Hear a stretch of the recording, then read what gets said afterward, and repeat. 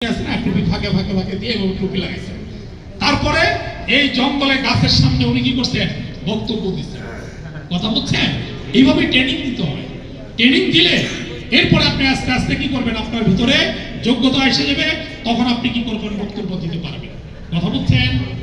আর আপনারা একটা তো আমাদের সবচেয়ে বড়ই হলো যে আমরা দাওয়াত দিব মানুষকে। বক্তব্য মানে কি? দ্বীনের দাওয়াত, কোরআন ও হাদিসের কথা কি করব? আমরা মানুষের কাছে করব। আলহামদুলিল্লাহ, আপনি কোরআন ও হাদিসের আলোচনা মানুষের সাথে সুন্দরভাবে উপস্থাপন করলে আজকাল কি অবস্থা? লাখ টাকা দেয় না বক্তব্য দিলে? আরে অনেক বক্তারা লাখ টাকা পায় কিনা? তাহলে আপনি তো দ্বীনের কাজও করতেছেন, আবার সম্মানীয় পাইতেছেন। আবার থানার কথা কি বলবো? থানাতে এমন অবস্থা যে বক্তারা কি খাওয়াইবো মানুষ, হ্যাঁ? এলাকার যত উন্নত মানের খাবার সব ব্যবস্থা করে, বক্তা খায় না বলে খাইলে তো পেট ভরা থাকলে বয়ান করতে পারবো না।